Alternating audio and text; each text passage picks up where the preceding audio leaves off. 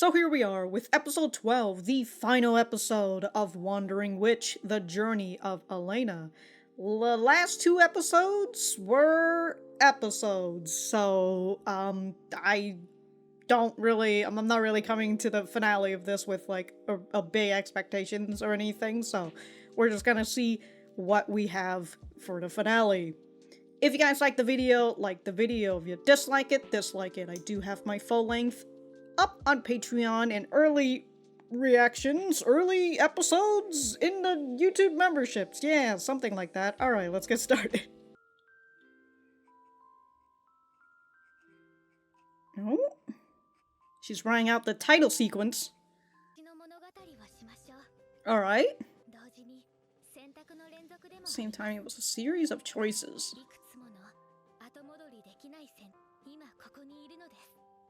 Alright. What is this, a haunted house or an inn? Oh, the whole ass country.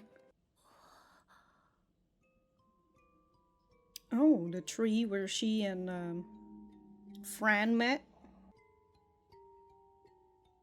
It's all just places that she's been to before. Well, you know, this is one way to recap everything, huh?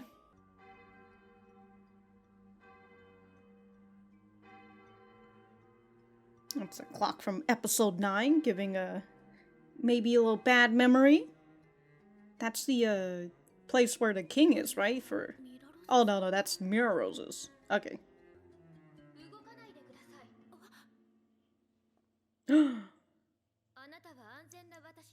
Safe me or an evil me?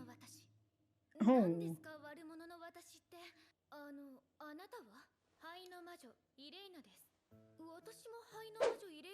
Yes, but I've got glasses. I'm the better you.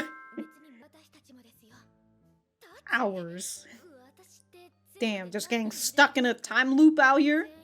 A dimensional loop too? Damn. 15.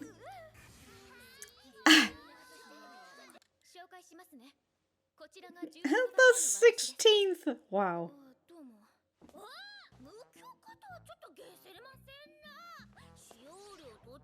Oh god, is it just her other personality just exaggerated? There's a slime her? Cash witch.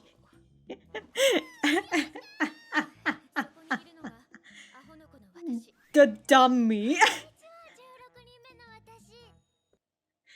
Oh my god, this is fucking Baccarina, the ensemble of Baccarinas.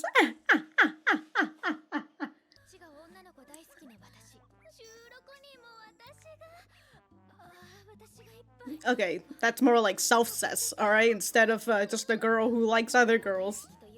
Yeah! She's just a narcissist. About the size of her breasts. Of course, if she had big titties, she would. Alright, she's not.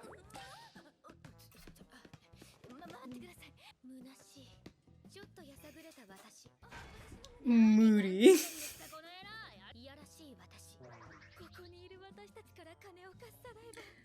The difference between greedy her and cash her sounds like the usual me. Okay, the one with 8th grader syndrome.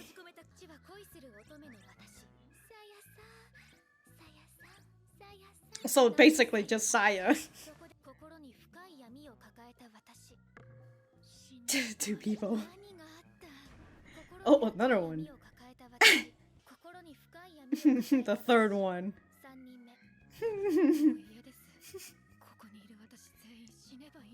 Damn. Wow. A lot of things happened. Of course you are. Yes. The normal one. She's got no personality. Protagonist me. Appropriate. Damn, the fucking roast of main characters.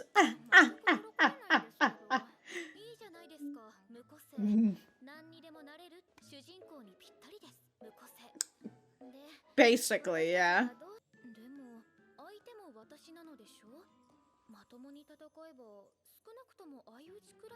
But then if there's like 15 other or 14 other,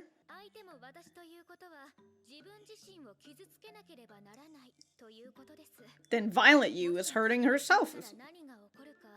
So everybody dies? Why can't you just tie her up then?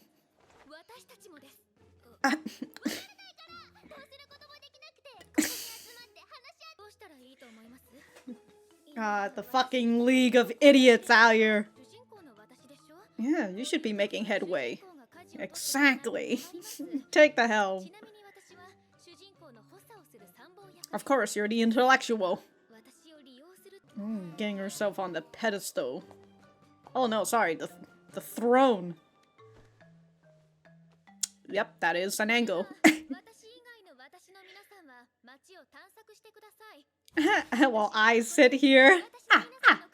Since you've made me the boss. Get wrecked. Yeah, exactly. Oh, here comes Violent.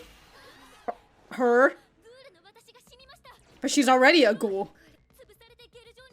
But she's already in a gelatinous state.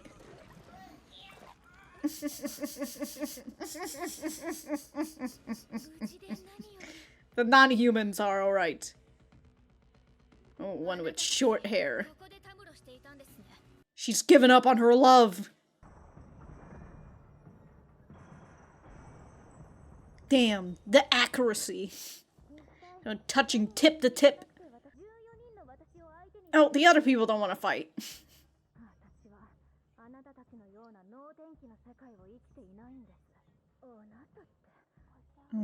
The one who looked at the truth? Damn, that's just her attack. I just popped it. She just ran away.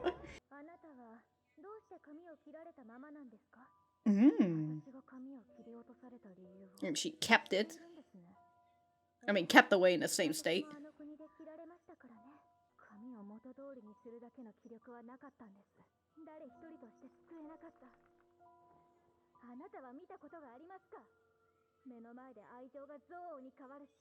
Wait. Well, that's back in episode 9, but like, are you talking about episode 8 specifically?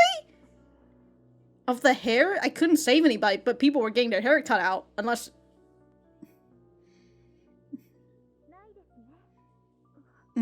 she's...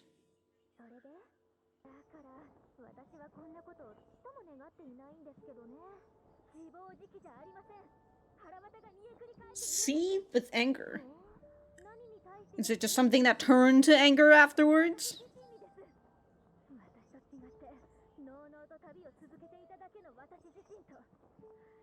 Unlike me. That's the thing that she talks about in the last episode.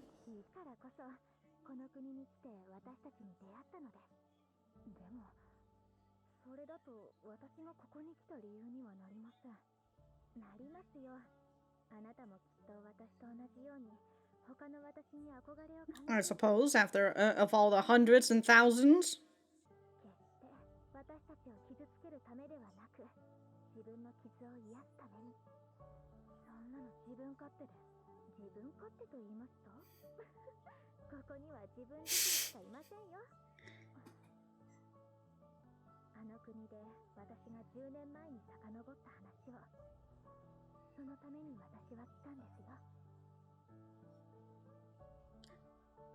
So they were talking about that part in episode 9, but...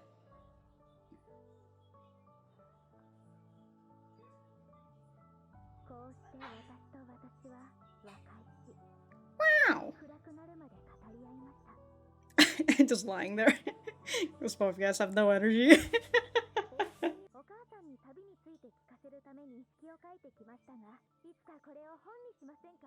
Oh. Oh, surpass. Damn. Gonna beat her mom. In sales. Wait, there's a cat girl here?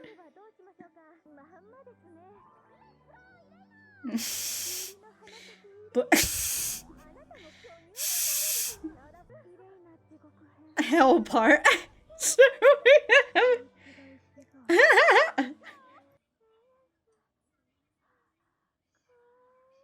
Got the gel, dude. For a second there, I thought the both of them were naked, and I'm just like, what? Damn, just booted you out to a grassland. Wandering witch, alright.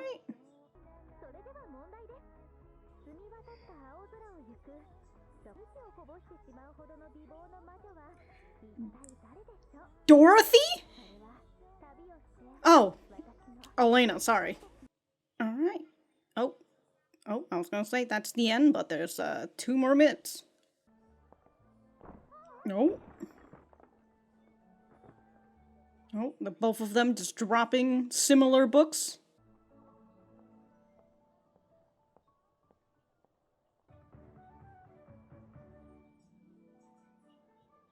Read this when you wake up in the morning.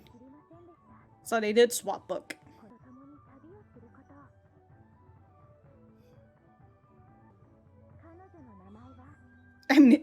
Amnesia? Okay, so this is just... Go read the manga portion. Okay. Or the book story? Whatever. Alright, well, I'm gonna go back into another meeting and then we will be right back to the center. Alright, so that was episode 12, the final episode of Wandering Witch, The Journey of Elaina.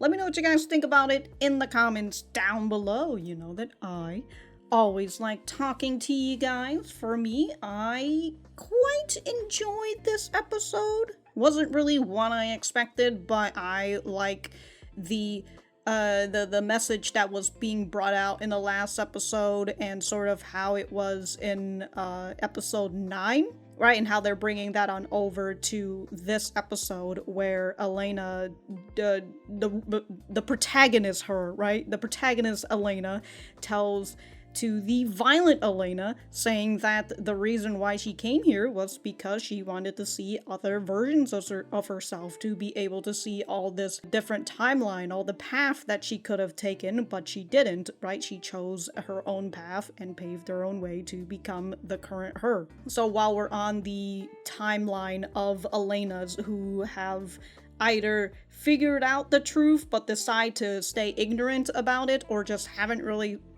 seen the truth yet, while we have the one bad Elaina, the Violent Elaina, who has seen the suffering and the bad of the world, and she's unable to take it, right? She's unable to remain ignorant, unlike our current our current protagonist Elaina. There you go. And so for Violent Elaina, she ended up here at this place because she was the same as protagonist Elaina. She wanted to see other people's timeline or herself in other timelines, and instead of feeling what protagonist Elaina said, right, feeling good knowing that other people, other Elainas, have not gone through the suffering as her, and to hopefully be able to pick herself back up, she ended up feeling angry at herself. She felt angry at, well,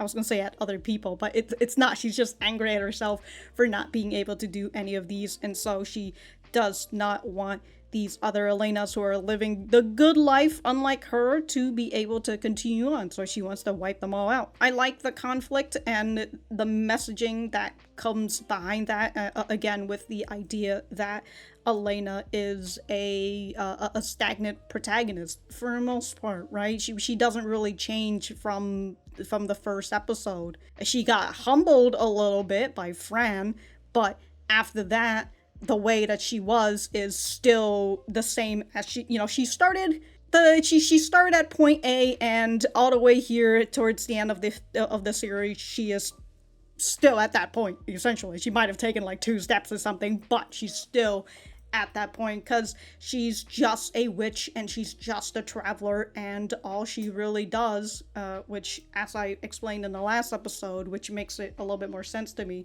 is that she just records these into her book. And initially, she wanted to write down this journey to show off to her mom, but after talking with all the Elainas, she is now excited to publish a book, right? She talks to all her other self, and they've come up with the name for the book, which is Wandering Witch.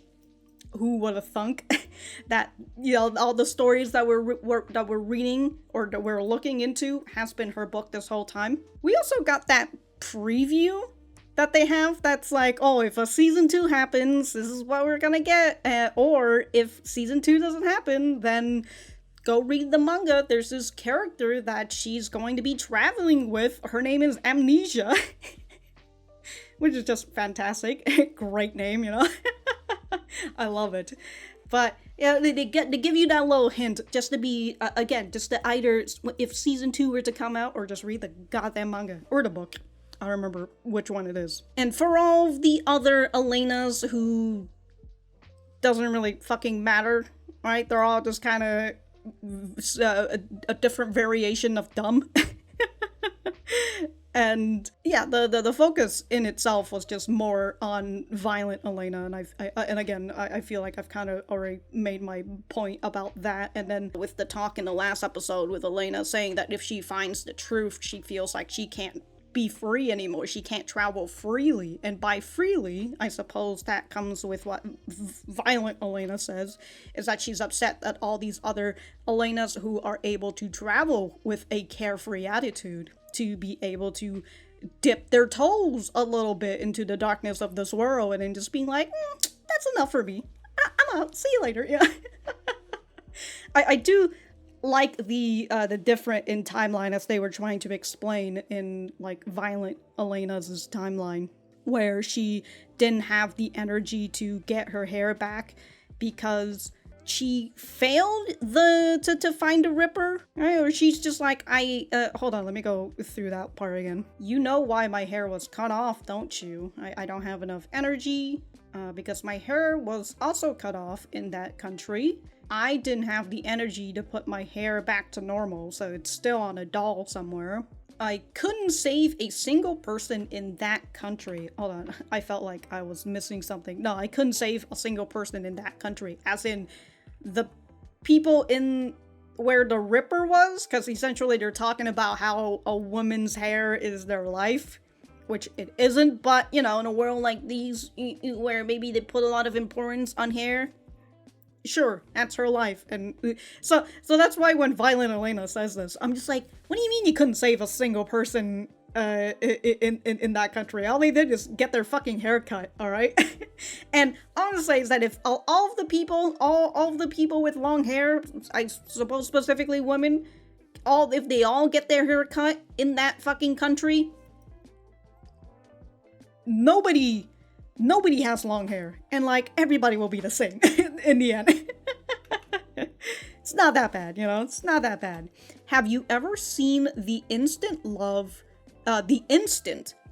turns to hate with your own eyes? So this is what she's talking about episode 9, right? With, what the heck is her name? I only remember Selena, which is the crazy one. Estelle, there you go, the lavender witch. So I assume that's what she's talking about for this part. The instant when someone turns to a person they just love with murderous intent. Okay, so that is episode 9. So she's shooketh over here, and this is when we get Elaina faces a little bit of reality before she pulls herself back, right? She felt that. Her hands are trembling here at this moment, and then she feign ignorant, right? She smiles, and she looks at Violent Elaina. It's just like, I haven't.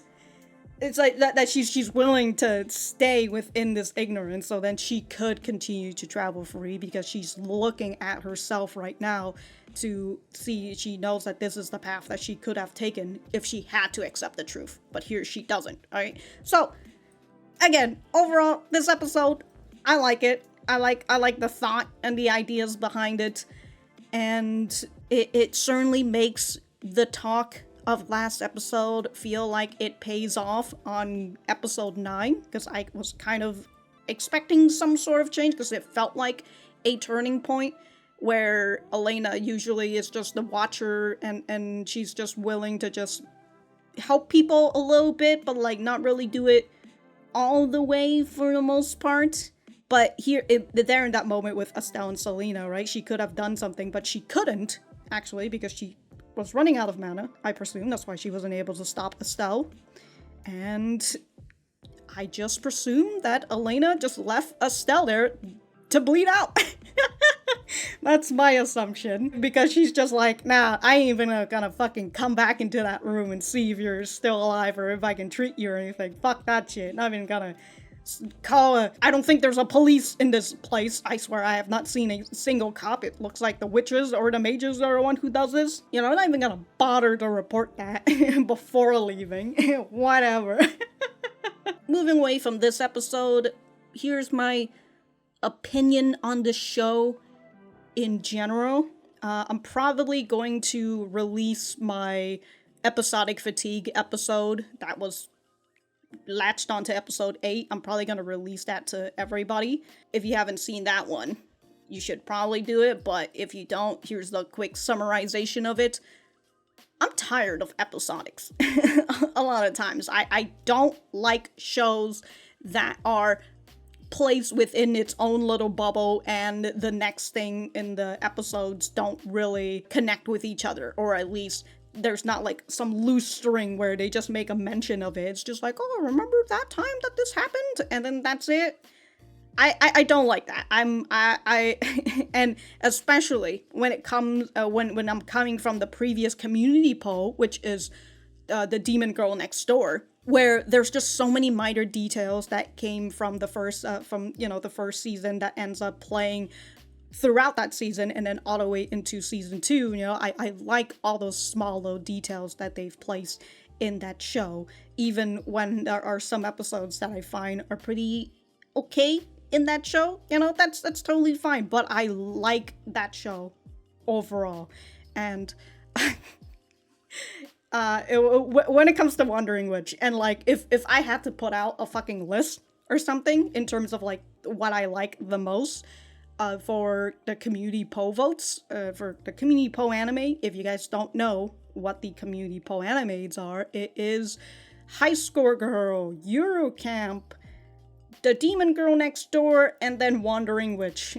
And if I had to put that in an order of what I liked what I like the most to what I like the least, it would probably be The Demon Girl Next Door, High Score Girl, Eurocamp, and then Wandering Witch. That is like right there where it's. I was thinking about how, like, would it be worse than Eurocamp? Not worse than like bad quality or anything, just in terms of what I think, how I enjoyed it. But the thing with Eurocamp is that I did enjoy it, and it's not.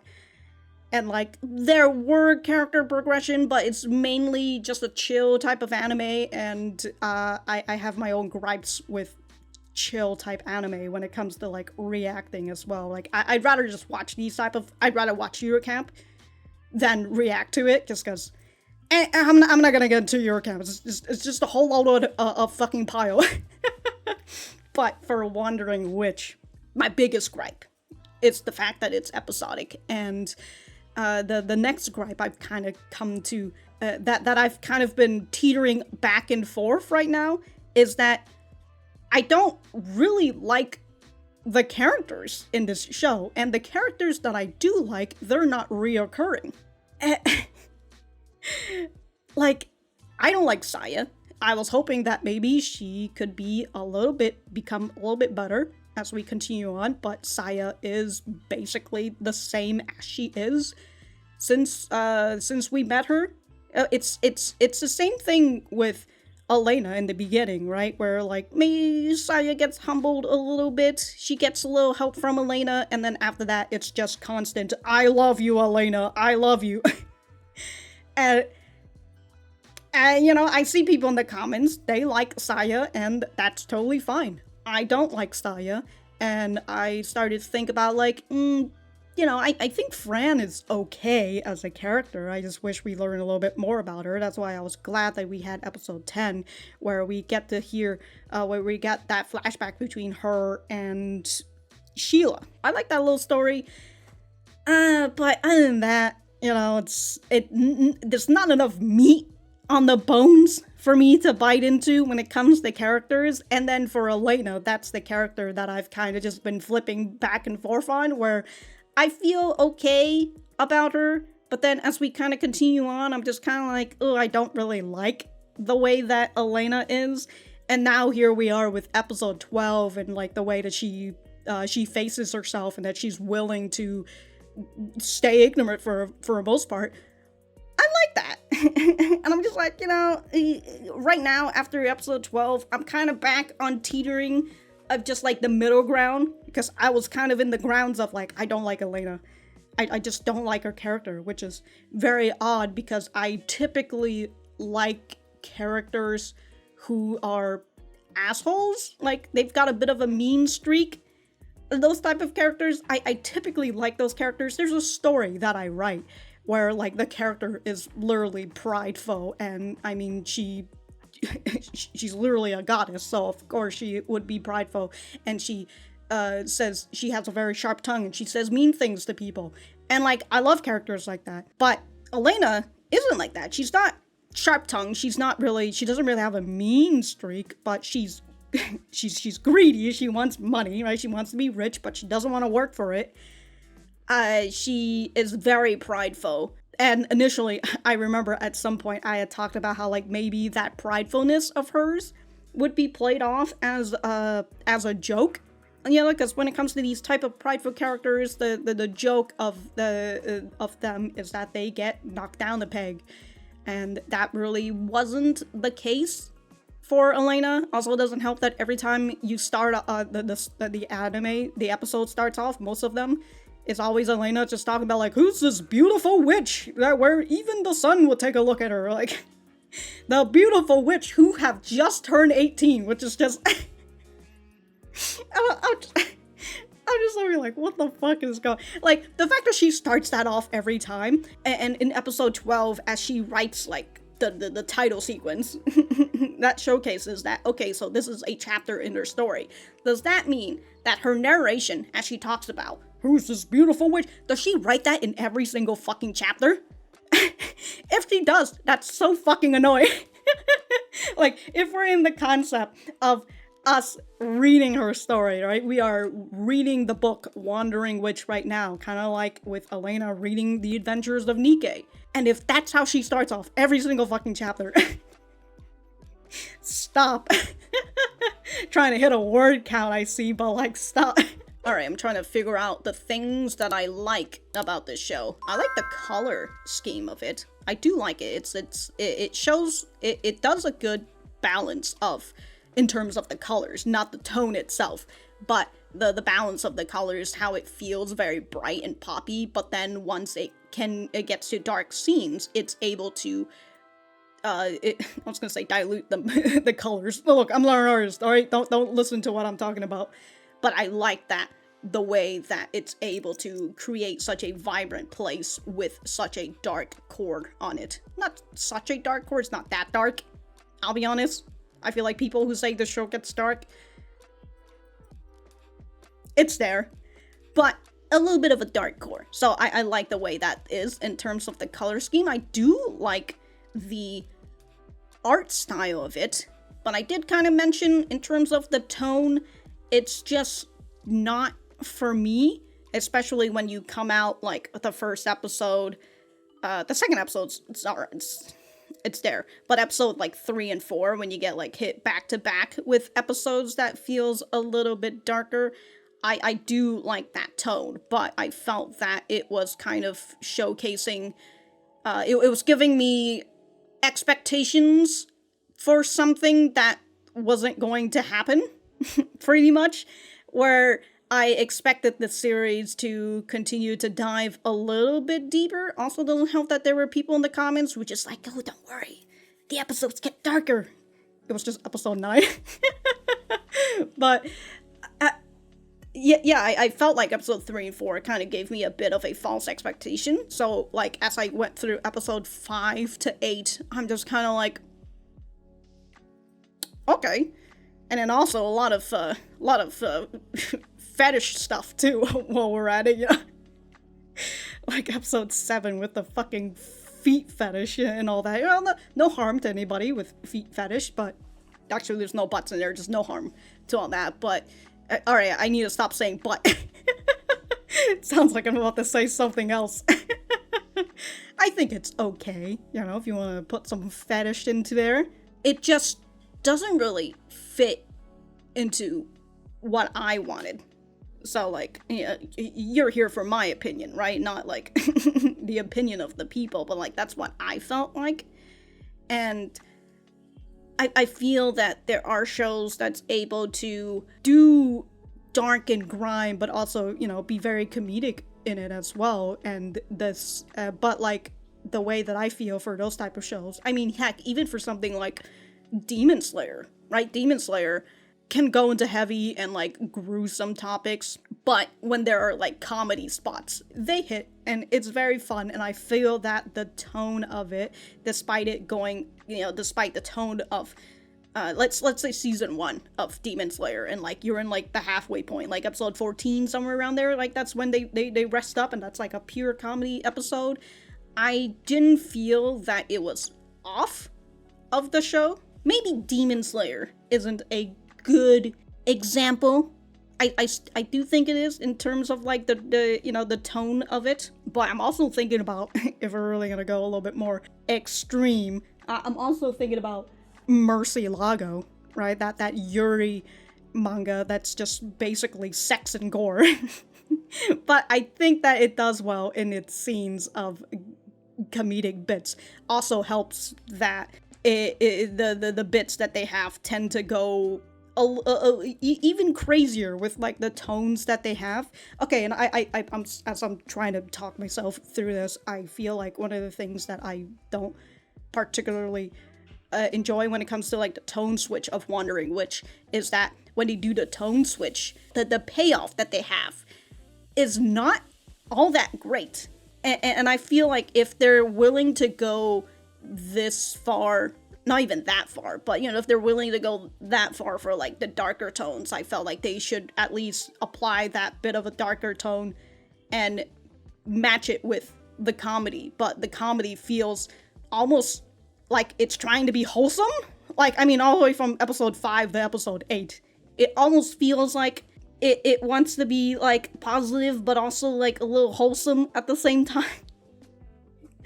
Like, the Ripper, they have this name, the Ripper, and usually, you know, when you hear of the Ripper, you might think of the New York Ripper. I think that's the name of the killer, right? So, like, you might think about that, you might think it's a dark thing, because, like, you have episode 3 and 4 in mind, and then you find out that it's just a woman who really loves hair and dolls and putting real hair on the doll.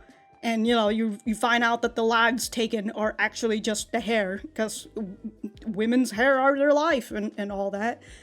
And it just, like, when they showcase that, like, I remember thinking to myself, really? That's it? Like, that's the whole thing? I don't know, it's just not balanced for me. I think that's the case. I just don't like how, like, it's like a seesaw, you know? Never balanced. Like, it's always one way or the other. That's one of my other gripe with Wandering Witch. Now I'm going back to trying to figure out what I like about the show. I mean, the animation was also great, right? When they actually get into battles and they fight with each other. Although I will say that first episode is where they really just blew their fucking load and just did that big epic battle between her and Fran. Like, out of all the other episodes, I felt like that was the one where, like, everything felt the most epic in terms of fights. Everything else is just kind of, it's there. I mean, that was episode 4, I suppose. There's that where she, you know, fucking blows her dad's head off. And there's also episode 9, which was Also nice, seeing a witch just pummeling a little kid and then beheading her. And then there's episode 12, right, with the fight between the two Elainas, which I thought were fine.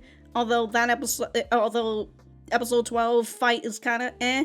And then I feel like episode 9 and episode 4 are kind of similar things where they both got their opponent locked up and they're just fucking firing at them, just go pew pew pew, just wailing on those people, dude. Wailing on your on your close friend, and wailing on your family.